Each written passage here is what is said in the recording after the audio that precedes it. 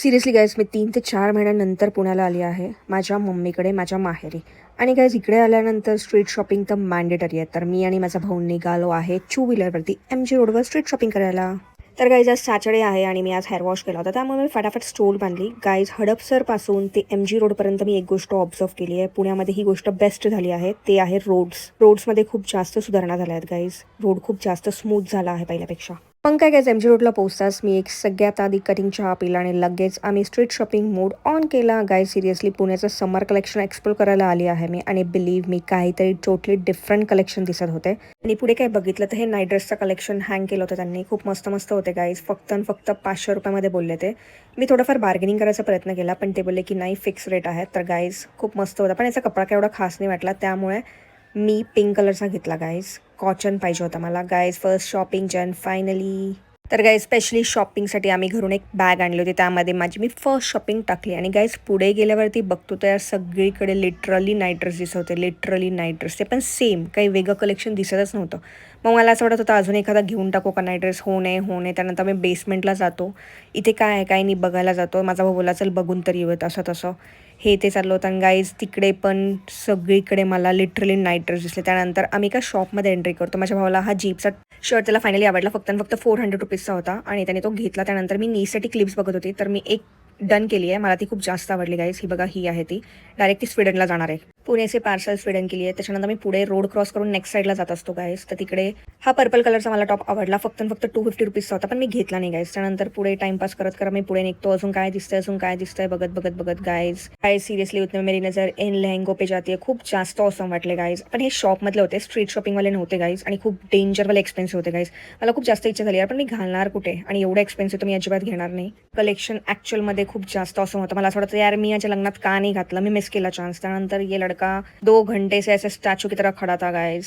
Only for money guys, only for money. तर guys ज्यासाठी मी इकडे आली होती क्लोवर सेंटरमध्ये फायनली आम्ही एंट्री करतो. तिथे काय नवीन आलं आहे की नाही मला बघायचं होतं गाईज. तर आम्ही पुढे जातो. सिरियसली जशी मी एंट्री करते ना यार, खूप वेगळे कलेक्शन्स मला दिसले गाईज. आणि त्याच्यामधला मग हा ॲडिडासचा मी शर्ट घेतला. फक्त मी ब्राऊन कलरचा शर्ट घेतला. सिरियसली असे आपण जर ब्रँडचे घेतले ना तर 2 ते 3 हजारला भेटतात, आणि मला फक्त 300 रुपीजचा तो टॉप भेटला. त्यानंतर मी पुढे जशी जाते इथे एकदम वेगळे वायब्रंट मस्त कलेक्शन दिसले गाईज. आणि एस्थेटिक क्यूट एअरपोर्ट्सचे कवर. त्यानंतर तितक्यात मला माझी बहीण भेटते गाईज. मी खूप खुश झाली तिला भेटून. ती डायरेक्ट तिच्या PGवर MG रोडला आली होती आणि ती डायरेक्ट आमच्या घरी येणार आहे गाईज. हे बघा किचन्स किती क्यूट आहे, ओनली ॲट ₹100.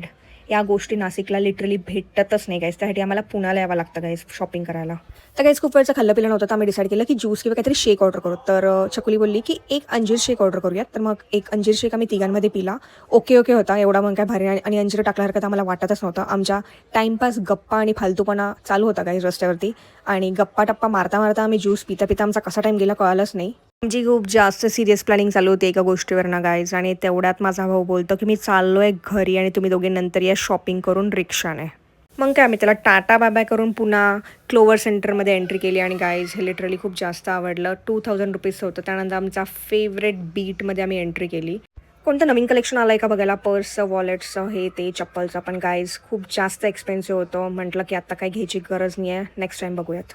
नंतर हे झुमकेस, काश्मीरी झुमकेस जे ट्रेंडिंगवाले होते गाईज, 450 रुपये होते. त्यामुळे मी कॅन्सल केलं. म्हटलं एवढं कॉस्टली मी नाही घेऊ शकत. त्यानंतर गाईज लिटरली हे फोन कवर मला खूप जास्त आवडलं होतं, पण बॅडली माझ्या फोनचं कवर अवेलेबलच नव्हतं 17 प्रोचं. तर गाईज आम्ही छाच्या बाय करून स्ट्रीट शॉपिंगसाठी पुन्हा निघालो बाहेर. गाईज समरमध्ये घालण्यासाठी हे कॉटनचे जे कुर्तीज असतात ना घरी घालायला खूप ऑसम असतात. आणि मुलींनी इथे खूप गर्दी केली होती. फक्त 250 रुपीज बोलले ते. 500मध्ये 2 घ्या असं बोलत होते. तर मला 1 ते 2 कुर्तीज आवडले.